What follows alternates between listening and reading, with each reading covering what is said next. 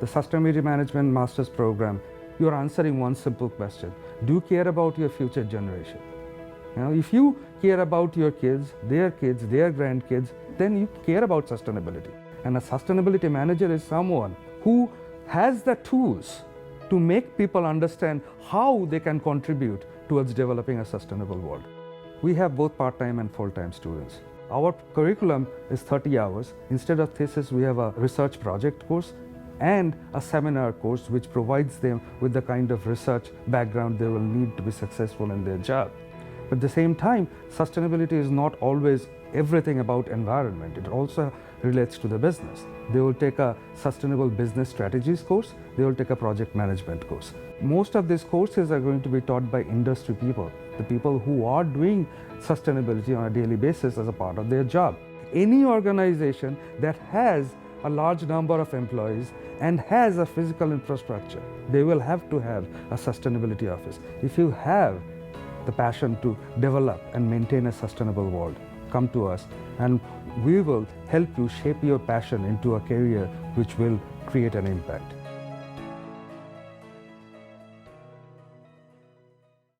The Stevens Institute of Technology is proud to present the Hugo New and Geocentric Consultants Hugo New Corporation Sustainability Seminar Series, co-sponsored by Brown and Caldwell, H2M Architect and Engineers, BEM Systems, Catalyst Group, and WSP.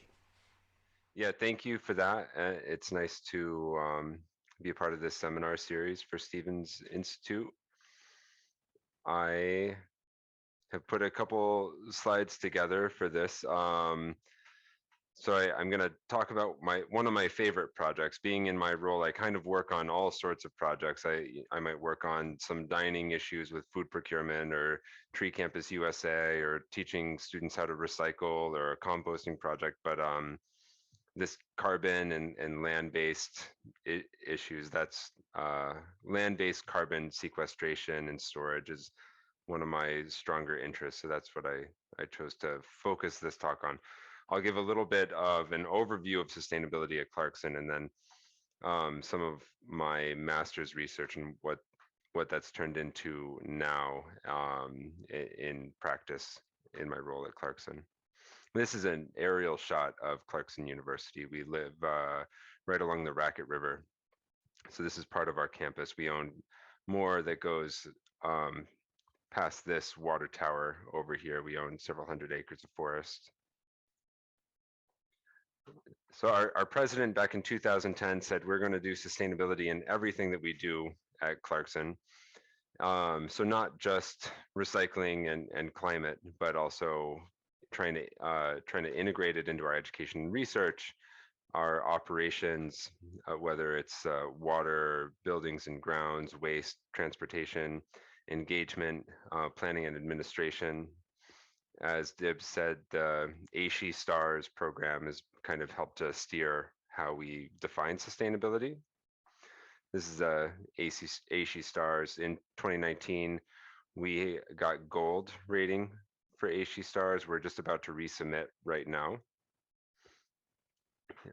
So as of 2019, this is how it kind of played out as far as how many universities that were involved. There's much more that are in platinum and gold now, a few years later. And just to give an idea of where some other peer institutions are. Another thing that we've been really putting a lot of thought into lately is how, and the ASHE STARS program does this inherently, but how to integrate the United Nations Sustainable Development Goals into what we do at Clarkson. So trying to think about sustainability beyond just the typical recycling, number 12, right, responsible consumption and production, and maybe number 13, the climate action. That's what most people might think of when it comes to sustainability, as long as with number 14, but trying to think of it in terms of no poverty and quality education and gender equality and industry, innovation and infrastructure, just the whole picture of what it means to be a sustainable community. And this will come back up in my presentation today, but we really like to use the campus as a living lab. So we tried anything that we're doing. Our primary goal is education, right? It's student engagement, it's student learning. That's what a higher education institution is for. That's our primary function. So as we're doing sustainability, then we are always trying to integrate our students into that. And that's where these peer-reviewed offsets come in and why I'm so interested in them. So, for example, we installed a ducted wind turbine that was designed by one of our aeronautical engineers, and we brought in supply chain students, and the engineering as well as the business and supply. So we really brought teams together with our students. Um, we're redesigning a campus greenhouse, which becomes these student capstone projects, optimizing renewable electricity purchasing, improving our anaerobic digester that just got moved, and we've got student interns and classes that are helping us to work through some of those problems, and working a lot with the Potsdam Climate Smart Communities. Clarkson brought the Climate Smart Communities program. It's a New York State Department of Environmental Conservation program. We brought that to the local town and village boards, and we've been bringing even 50 students at a time to help work on local sustainability initiatives with the local municipalities. So this campus as a living lab, that's really important to us, that experiential education piece. Here, for example, is our ducted wind turbine that we built. And now this professor, Dr. Visser, has started, he's beginning to manufacture them and beginning to sell them. And a business has come out of this project that our sustainability has really been involved with for a while. Um, so we've So as far as some of the accolades of our efforts, we've got the Stars Gold. I really like the Tree Campus USA program. We have a climate commitment. We have quite a few clubs that are focused on sustainability. Our student affairs have a sustainability living learning floor. So, and we have quite a few. I think I have 6 sustainability interns right now, 5 or 6 of them. So we're really trying to push it campus wide and not just be siloed in our institute. And again, these are the 2019 numbers. We're not finished with our 2022 report. We're going to make quite a bit of progress in our operations, and we're doing okay. We're making progress on all fronts. So back in 2015, this was the ACUPCC, the American College and University President's Climate Commitment. Now it's just known as Second Nature's Climate Commitment. There are hundreds of universities that have signed on to this. So this is when our President Collins signed the commitment with some of our university leaders back then. And we signed both the Climate Action Plan and a resilience commitment as well. And shortly after, we agreed that 10 years would be our carbon neutral date, which is right around the corner. It's coming up.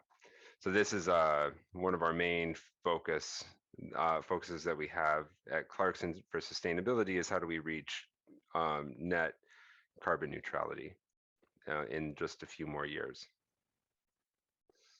And just a quick note on our resiliency commitment. To fulfill that commitment, we've been working really closely with the town of Potsdam and the village of Potsdam, looking at climate vulnerabilities, doing a greenhouse gas assessment for the local municipalities. This picture here is an ice storm from 1998 that took out power in this area. Some places, depending on where you were on the grid, had no power for 3 weeks. And just realizing, now that the climate is changing and it's not going to be deep into winter all winter long, but maybe hovering right around that freeze thaw, that 32 degrees, we're more susceptible to these big ice storms. And looking at insurance claims of wind damage from storms and flooding damage from storms, and looking at how those are increasing in our county over time for the last several decades.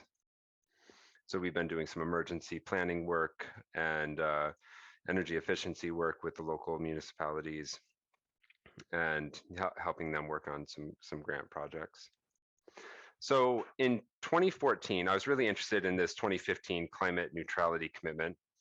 In 2014, I was finishing up my master's here at Clarkson in environmental policy.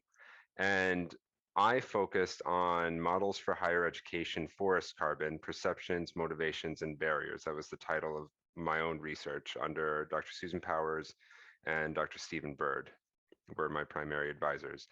And I asked about 100 people that are in essentially my role now, sustainability staff at universities, about carbon offsets and what are the barriers? What do they think about them?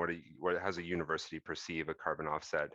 Now the understanding has matured a little bit. The markets have matured quite a bit since then, and even at this point, the markets were already quite a bit more mature than the perceptions of the markets.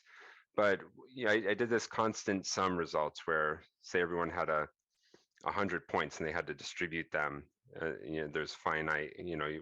What's more, which of these are more important and less important, and they would distribute their 100 points. And this is how it sort of. These are the final results after the 100. The program cost it's the most significant attribute of a carbon offset program for universities. And education, the educational benefits are the second most. If we're going to be offsetting carbon, we better be teaching our students about it, not just sending a check somewhere away and kind of forgiving our sins, as a lot of people sort of perceive the carbon market to work. So I was asking some questions such as, what's more important, the education benefits or the certification benefit of a carbon offset, right? So if you're going to have a carbon offset and you had to choose a greater benefit of teaching your students or having that certainty through the third-party verification mechanisms in the markets, then what's more important to you, or are they equal? And overwhelmingly, universities found the educational benefits, as I was thinking they would, to be the more important benefit when it comes to having a carbon offset. So that's important when it comes to these peer-reviewed offsets that I'll get into in a short bit. Another way that I asked people about this was I showed them an example from Sewanee University where they had a project, a long-term project where they're going into Haiti and working with farmers on some agroforestry with coffee. So they're doing intercropping and agroforestry training, partnered up with a local nonprofit there, and helping to fund some of this transition to agroforestry for the farmers, and then using their students to measure the carbon sequestration that was going into these farms and into these landscapes.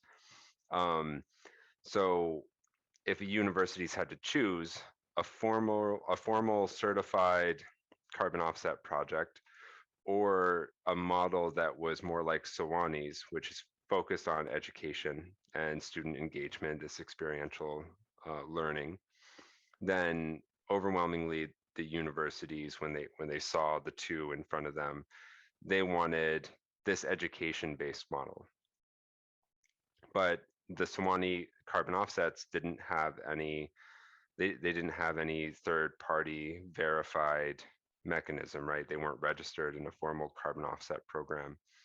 So if universities want to become carbon neutral and they want to be accountable for their emissions and for their pollution, then which direction should they do that? At the same time, all the universities said that they have to comply with peer protocols and what the larger higher education community thinks counts as a carbon offset or doesn't count as a carbon offset, which I think is fair. Yeah, a big issue with carbon offsets was people cheating and people double counting. So I'll sell you a carbon offset and I'll sell you the same carbon offset. That was going on quite a bit earlier in the market. So there should be some sort of compliance. There should be some sort of system and registry. And then if you're asking people in the paver requirements of carbon offsets, which I'll also explain a little more.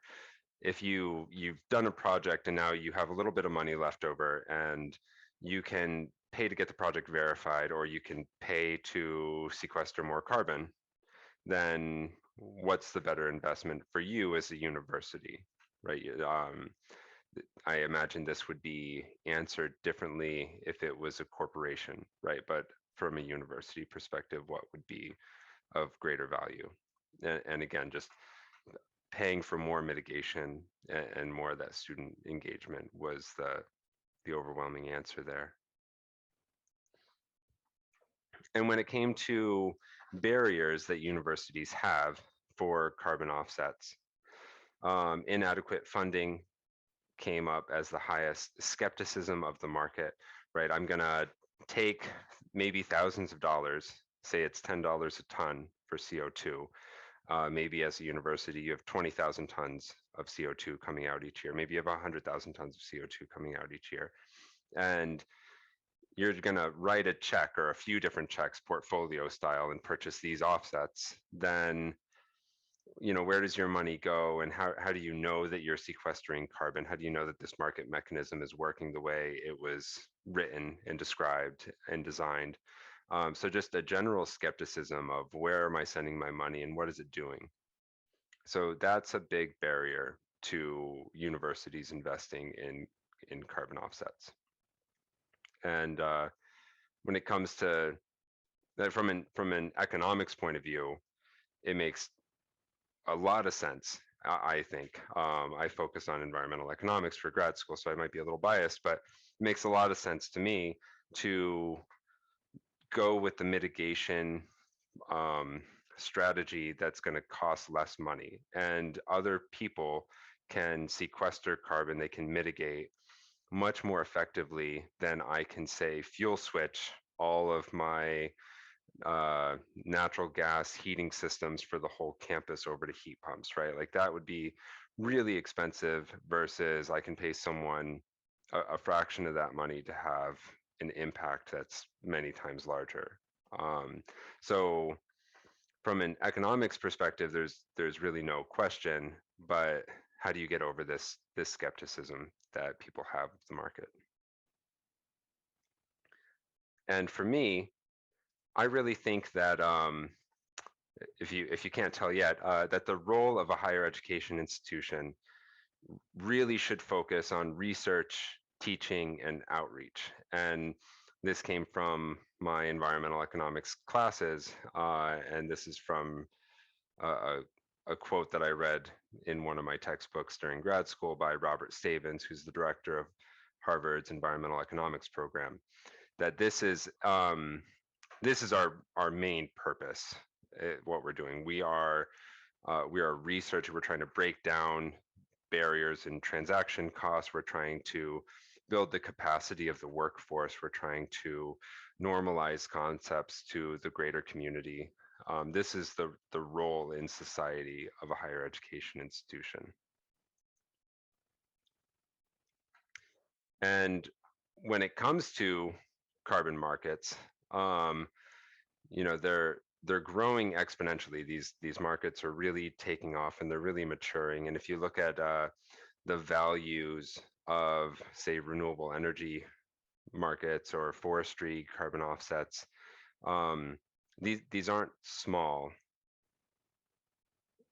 at all. And if you look at them over time, then these markets are really growing exponentially as more countries are moving into a compliance, moving into compliance markets instead of just voluntary, oh, I'm a university and I want to be a leader in this and I want to be carbon neutral first, where energy sectors in certain countries are now required to meet certain thresholds. So now the carbon offsets are really taking off on this larger scale, really exponentially. So we don't have the capacity globally to handle the demand when it comes to climate mitigation.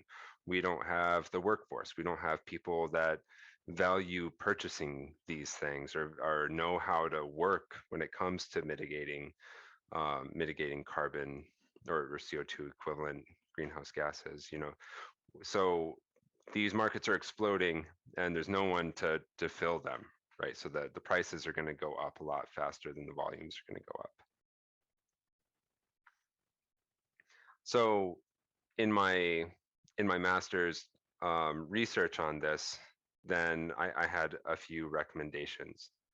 And one is just kind of acknowledging that an institution of higher education can take on more risks than, say, a large corporation like Delta Airlines or something, or Chevrolet. We can take on, we can explore, we can try something in research, and we can be innovative. And if we fail, it's not really a big deal. We can keep pushing forward and learn and publish and do the research. So we can see what the market barriers are when it comes to carbon offsets. You know, we can be innovative. We can look into how can we reduce costs with offsets when it comes to measuring, reporting, and verifying the offsets. These costs are often higher than the actual mitigation costs, right? So verifying that you're offsetting carbon can be more expensive than actually offsetting carbon, right? So, and this was what I was kind of stuck on when I was in grad school, is how do we go get over this huge transaction cost hurdle that's blocking our progress when it comes to movement on climate. We can experiment novel ways to mitigate greenhouse gas beyond the protocols that the existing registries have, and we can contribute. You know, we can kind of open source our data and try to again trying to reduce the costs, the transaction costs.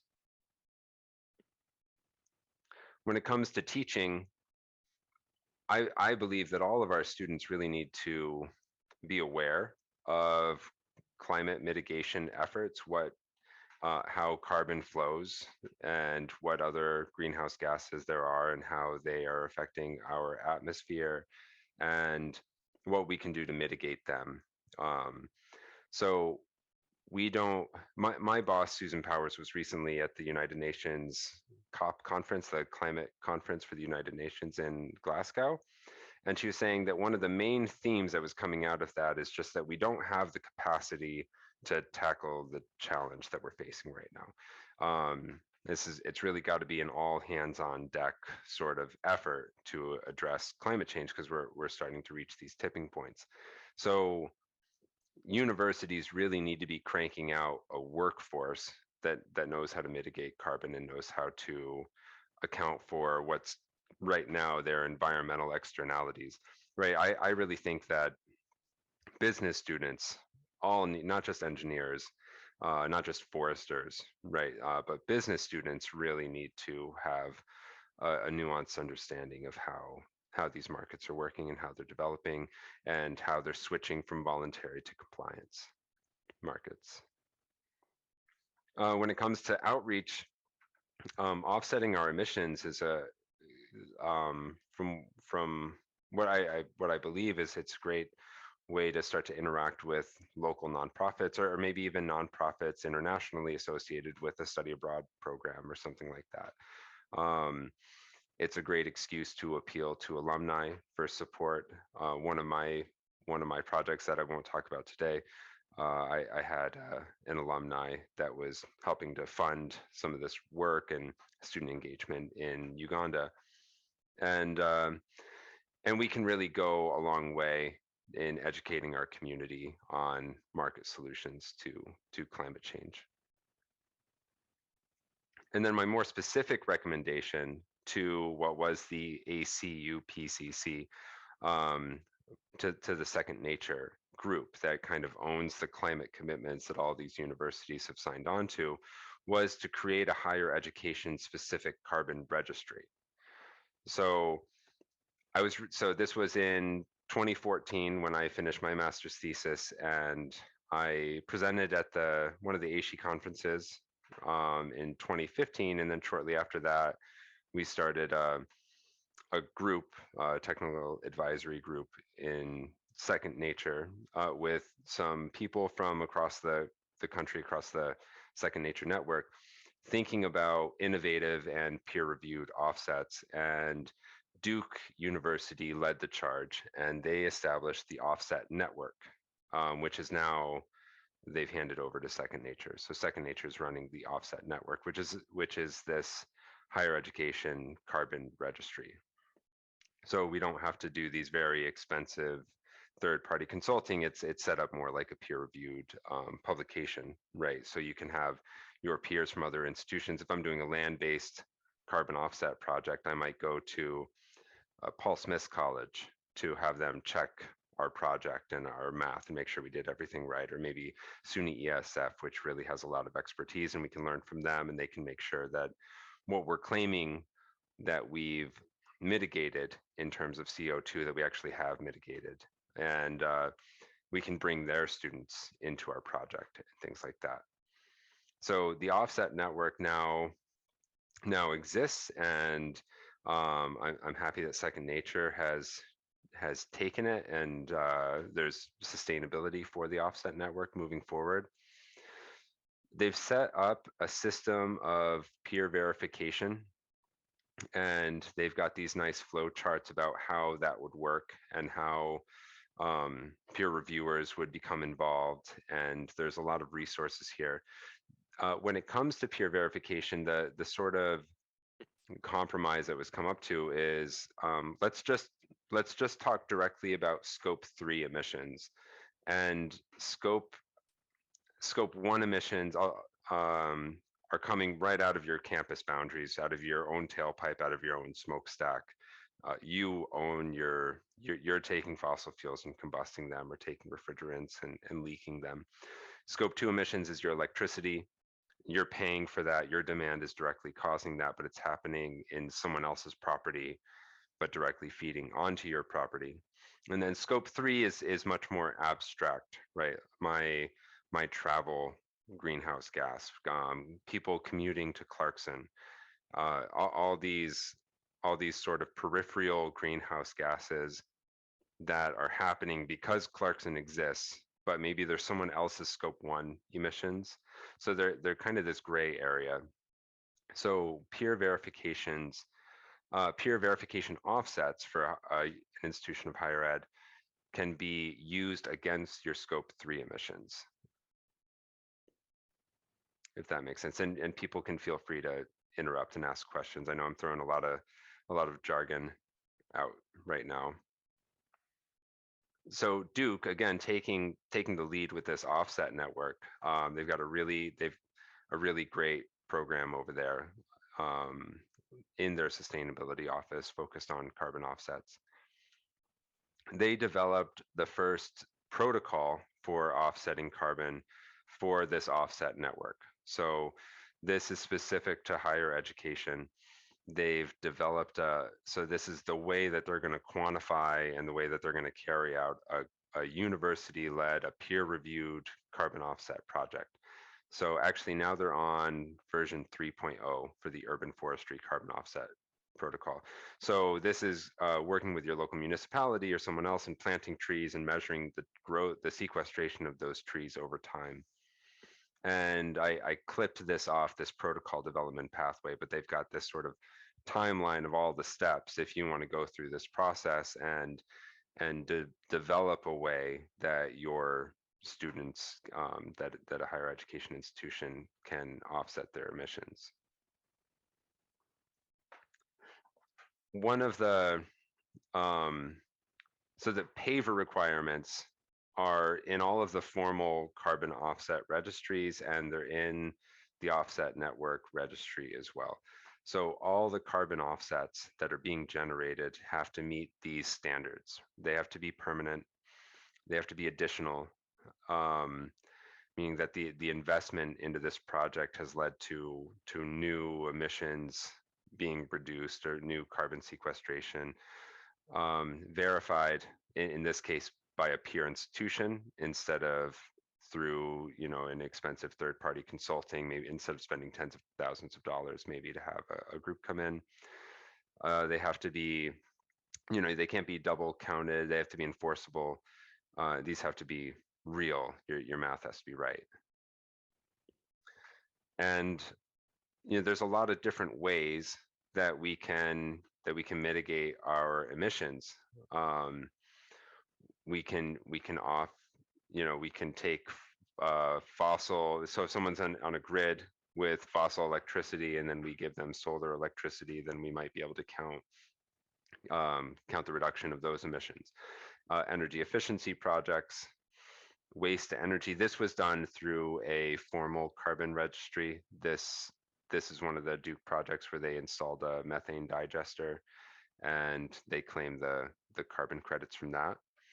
Peatland restoration is a huge potential for carbon offsets through that work. Ozone depleting substance destruction.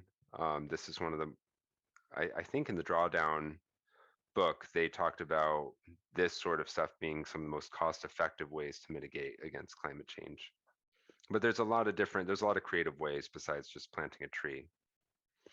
And again, I guess I should have put this slide a couple earlier, but we're just talking about offsetting your scope 3 emissions, right? Say airfare associated with going to conferences or going on study abroad, business travel, employee commuting, contracted solid waste.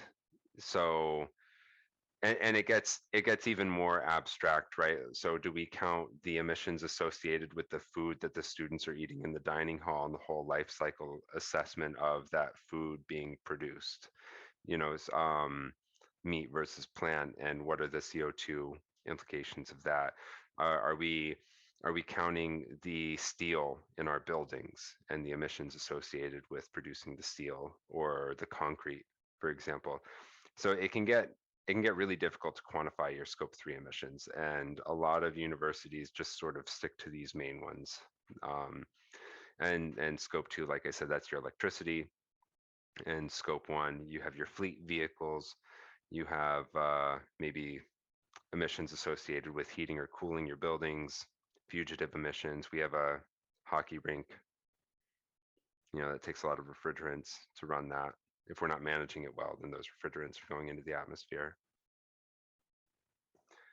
So the Clarkson greenhouse gas inventory, we are not planning on offsetting all of our food, and this is kind of hard to quantify exactly what the emissions are associated with our food. So we're not planning on addressing this or holding ourselves accountable to that, I guess. But from around 20,000 tons in our baseline at 2010, a lot of that has to do with our building CO2 footprint. And over time, we started, we had a cold winter in 2015, but we started sourcing our electricity better. So even though our square footage is increasing, we're sourcing our electricity. We have a cleaner energy mix that we're purchasing. And moving down, this is kind of just because of the fiscal year. As of now, as of 2021, the electricity doesn't exist anymore. We've purchased all of our electricity from solar and hydro sources. We're not paying a coal plant. Our dollars are not going for coal electrons or natural gas electrons. We've really made quite a bit of progress on that. And we've made, so even though we've been growing, we have sunk a lot of money over the last 5 and 10 years into energy efficiency, say a large district chiller.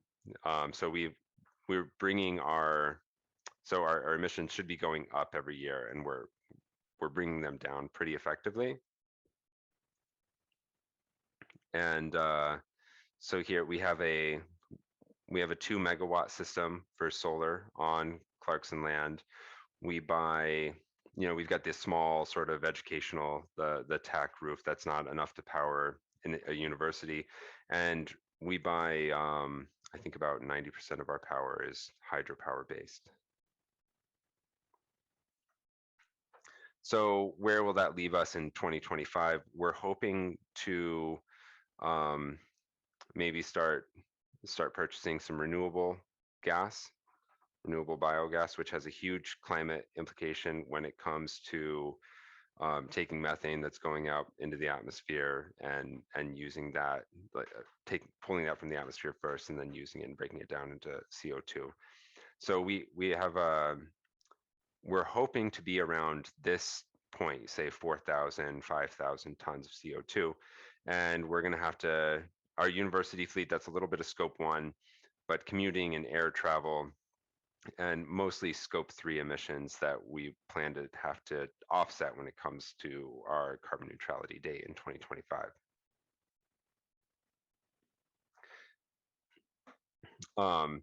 Quick, people, if I've gotten too far in the jargon, it's really pretty simple, right? You've got the carbon and you've got the oxygen, and you're breaking that molecule. When you're talking about land-based sequestration, you're putting the carbon here, you're putting the oxygen there. You're just and this is how, and you have to consider this when you're weighing the carbon of a forest or of a tree or something. You have to add the weight of the oxygen back into it. So what can we do to sequester carbon?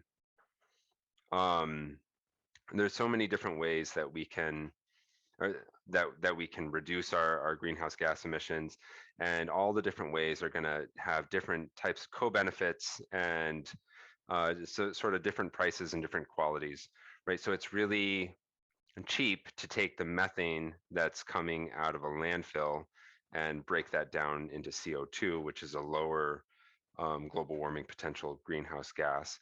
And you know, that is, you can create electricity out of that.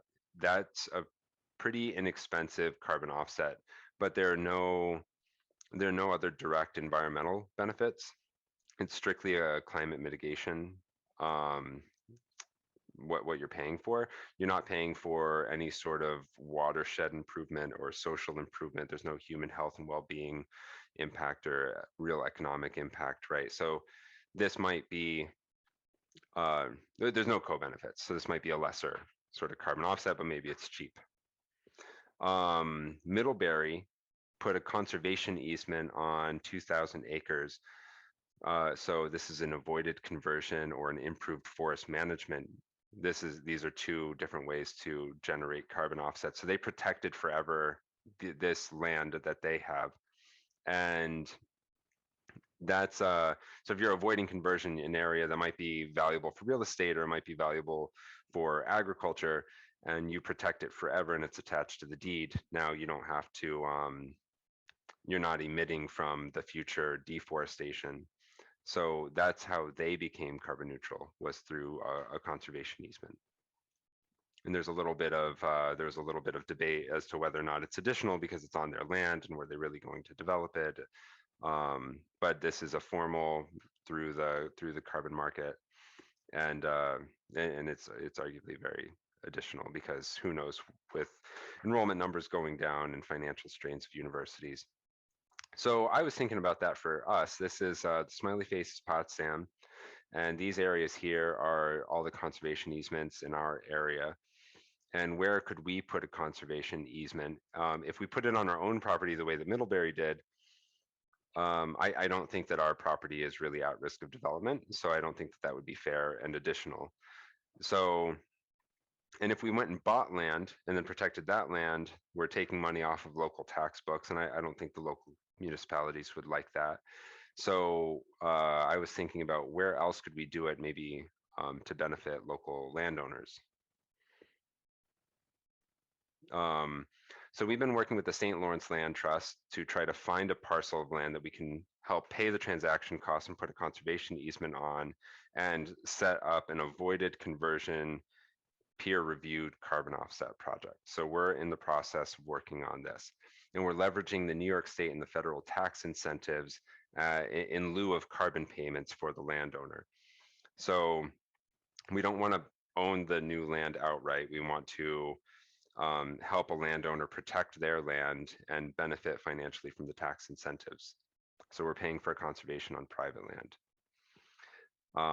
So we're working directly with the land trust, who's working directly with a landowner, and we've transferred money over to the land trust, and with an invoice from the land trust and an agreement with the landowner that we're claiming the carbon benefits from the conservation effort. So that money's already been transferred.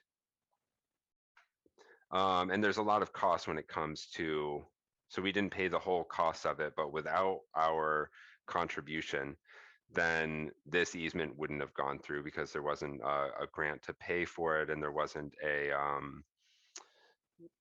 grant to pay for it, and the landowners who wanted this easement didn't have all of this money to put into it. So we believe there's a really strong case for additionality when it comes to this. And as an example, if your property's worth, say, $100,000, and then you put these development restrictions on it from a conservation easement, you're going to reduce the market value of your land. So say after the easement, the land is only worth $80,000 on the market because you can't go through it and clear cut it, and you can't build your golf course. So that becomes a $20,000 write-off on your federal tax return and in your state return, I believe. And then there's a New York State program where if you've paid $4,000 in land taxes to your county and town and school districts, then not counting the building part of the taxes, but the land part of the taxes, then New York State will rebate you 25%. It won't change what money goes to the school district, but you'll get a check cut from Albany. So we have, I'm gonna push through some of these slides kind of quick. We worked with the land trust to determine what sort of parcels they would like to protect. And we mapped out with these different mapping layers in GIS using Algonquin Adirondacks connectivity map layer, parcel hydrography, and we kind of put all of these together and classified all the different types of land use. We scored them, right? So evergreen forest we scored as a 5, a high priority, right? And hay and pasture we scored lower. And nature conservancies, resilient and connected landscape, we scored those, and we put these all together into a GIS layer. And we're really trying to focus on areas that have high habitat connectivity. So where we can stack our co-benefits if we protect land that's ecologically critical. Right, so here's the A to A thing that Dibbs had mentioned before, and Alice the Moose, who famously crossed over the Thousand Islands, is the main place, this Frontenac Arch, this Canadian Shield, where wildlife can cross the Great Lakes watershed. So this is really an important area for protecting, right up in our county and the county over.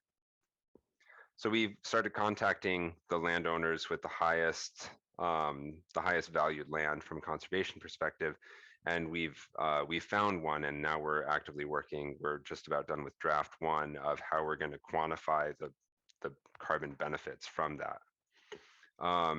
As part of the protocol development, we're not going to claim carbon benefits from our own land, but we've set up on iTree a forest inventory, and we had over 100 students learn about how conservation has a carbon impact, and we had them go out into our wooded areas. There's 108 students in this biology lab, and measure survey plots in the Clarkson forest and learn how to do this. And we got them all the survey gear and clinometers and tapes, and I hired this guy Tom, a forester, to be with the students for a whole week, going out there to measure our forest. And we got all this great data from iTree Eco that we plugged it into. So pollution removal, annual gross carbon sequestration, avoided runoff, the different stacked co-benefits that we're going to want. So this was sort of a test run for when we go to the private land, which is another 300 acres of forest, and how are we going to measure the carbon that the forest that we're protecting through the St. Lawrence Land Trust. So this is part of our protocol. We took a very formal protocol from the Climate Action Reserve, and we're sort of simplifying that to be relevant for universities. potential pest impacts, and it's helping us just manage our forests as well. So we have other reasons besides carbon to do this work. We're really worried about emerald ash borer, for example, and the spongy moth.